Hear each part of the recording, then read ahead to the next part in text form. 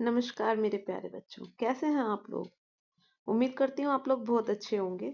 आज मैं आपके कोरोना समय के बाद बहुत दिनों बाद आपसे मिलने आई हूँ और आप सबसे उम्मीद करती हूँ कि आप सबकी पढ़ाई अच्छी चल रही होगी।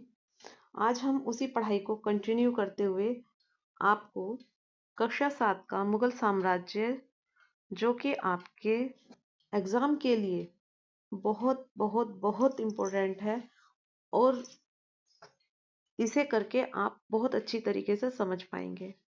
तो मैं शुरू करती हूँ अपना मुगल साम्राज्य चैप्टर नंबर 4। इसके आज मैं कुछ आपको नोट्स कराऊंगी और नोट्स में आज केवल मैं इंट्रोडक्शन दूंगी। इसको आप कॉपी में भी नोट डाउन कर सकते हैं और कॉपी में लिखने के बाद आप इसको याद कर सकते हैं। याद करके जब आपका एग्जाम आएगा तो आपको बहुत ज़्यादा आसानी होगी अपने कोर्स को लर्न करने में। तो अब शुरू करती हूँ। इसमें कौन कौन से राजा रहे हैं उसके बारे में आपको बताती हूँ और साथ में नेक्स्ट वीडियो में मैं आपको इसके चैप्टर के नोट्स दूंगी। तो सुनिए ध्यान से। बाबर बाबर 1526 से 1530 तक हमारे यहाँ पर शासन किया, जो कि मुगलों का सबसे पहला शासक रहा है। 1526 में पानीपत के मैदान में इसने इब्राहिम लोदी के साथ और उसके अफगान समर्थकों को हराया। 1527 में खानवा में राणा सांगा, ये सांगा है, सांग नहीं है, सांगा है, इसको पूरा कर लीजिएगा, राजपूत और उसके जो और समर्थक थे उनको हराया। फिर दिल्ली और आगरा में मुगल नियंत्रण स्थापित किया। किसने किया? ये किया बाबर ने। हम पढ़ते हैं हुमायूं के बारे में, जो कि अकबर का बेटा था। तो हुमायूं के बारे में पढ़ेंगे तो हुमायूं ने कब से कब तक शासन किया है वो देखिए आप।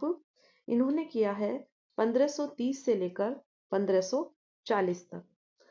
पिता की वसीयत में एक प्रांत मिला था इनको। वसीयत जो बिल होती है, जो पिता अपने बेटे को अपनी जायदाद सौंपते हैं, उसको वसीयत कहा जाता है। में एक प्रांत मिला था, प्रांत यानी कि एक उनको राज्य मिला था। शेर खान ने हुमायूं को 1539 में चौसा में और 1540 में कन्नौज में हराया। पराजय का मतलब होता है उसको युद्ध में हरा देना। 1555 में दिल्ली पर पुनः कब्जा कर लिया उसने। पुनः यानी दोबारा से हुमायूं ने दिल्ली पर 1555 में कब्जा कर लिया। हुमायूं का बेटा था अकबर। अकबर ने 1556 से 1605 तक राज किया।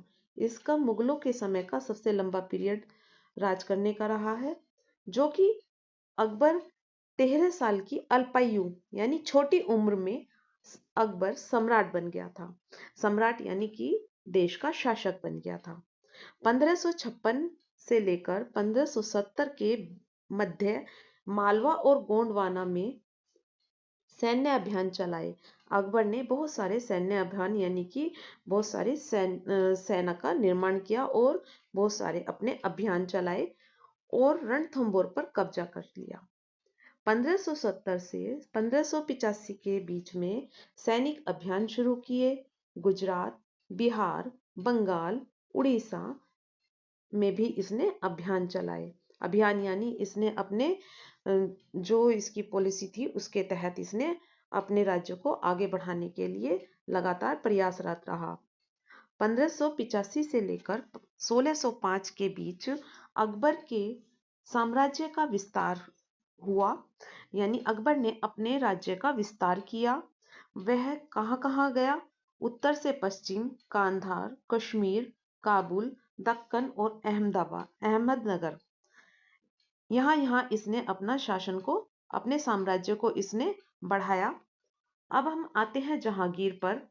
जहांगीर 1605 से 1627 तक शासन किया और जहांगीर ने अकबर के जो सैन्य अभियान थे, यानी जो अपने साम्राज्य को बढ़ाने के लिए अकबर ने सैन्य अभियान, सैनिक वाले अभियान चलाए हुए थे, उनको आगे बढ़ाया। उसने मेवाड़ के सिसोदिया वंश का जो शासक था मेवाड़ का, अमर सिंह ने मुगलों की सेवा को स्वीकार किया। यानी कि जहांगीर ने अमर सिंह को अपने अंडर में ले लिया। अब उनके ऊपर जो है सैन्य अभियान चलाकर उनको अपने अधीनस्थ कर लिया। और फिर क्या हुआ कि जो सिसोदिया शासक अमर सिंह थे उन्होंने मुगलों की सेवा करना स्वीकार कर लिया। इसके बाद उन्होंने सिखों, अहोमों और अहमदनगर के खिलाफ बहुत सारे अभियान चलाए, जिनमें वो पूरी तरीके से सफल नहीं हुए। काफी में सफल हो गए और काफी में वो सफल नहीं हुए। अब हम पढ़ते हैं शाहजहां। शाहजहां का नाम तो आपने हर बार सुना होगा। शाहजहां ने 1627 से लेकर 1658 तक शासन किया और दक्कन में इसने सैन्य अभियान, मतलब आप देखेंगे कि जितने भी मुगल हुए हैं उन्होंने अपने अपने सैन्य अभियान चलाए हैं। और सैन्य अभियान क्यों चलाए जाते थे? जैसा कि मैंने आपको बताया, अपने साम्राज्य के विस्तार के लिए। अहमदनगर के विरुद्ध अभियान जिसमें बुंदेलों की हार हुई। बेटा ये हार नहीं है, ये हार है। तो ये देखिए, आप इसमें आ की मात्रा को लगाएंगे। और ओरछा पर कब्जा कर लिया। अहमदनगर को मुगलों के राज्य में मिला लिया गया। अब अहमदनगर मुगलों का एक साम्राज्य बन चुका था। अब हम पढ़ेंगे औरंगजेब।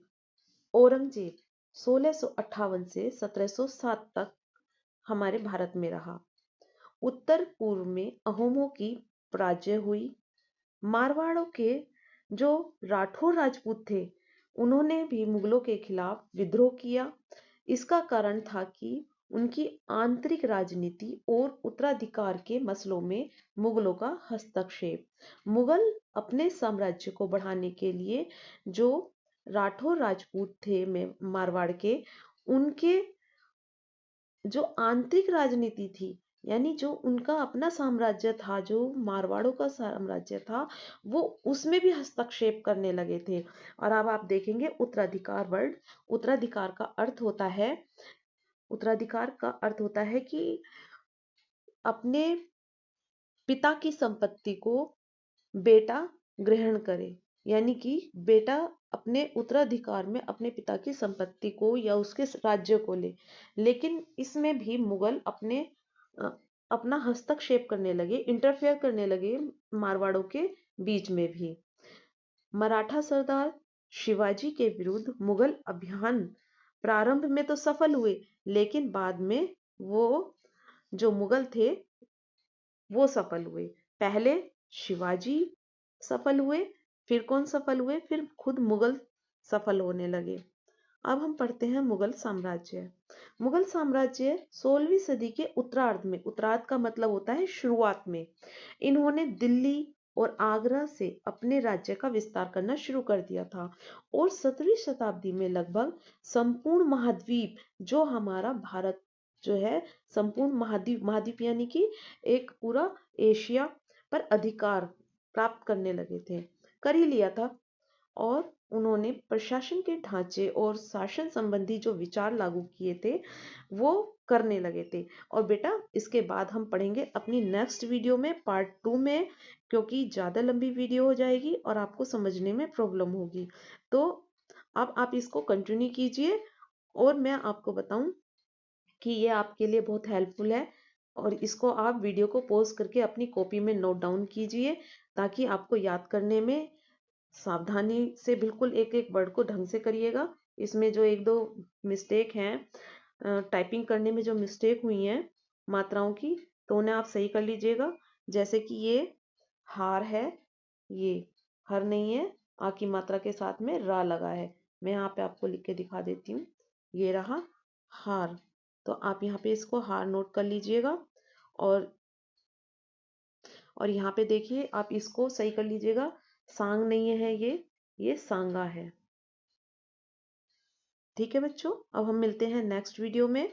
तब तक आप इसको नोट डाउन कीजिए और वीडियो को लाइक, शेयर, सब्सक्राइब जरूर कीजिएगा, ताकि जो आपको दूसरी वीडियो है वो समय पर मिल पाए, आप समय पर उसको देख पाएं, साथ में अपने एग्जाम के लिए तैयारी भी कर पाएं।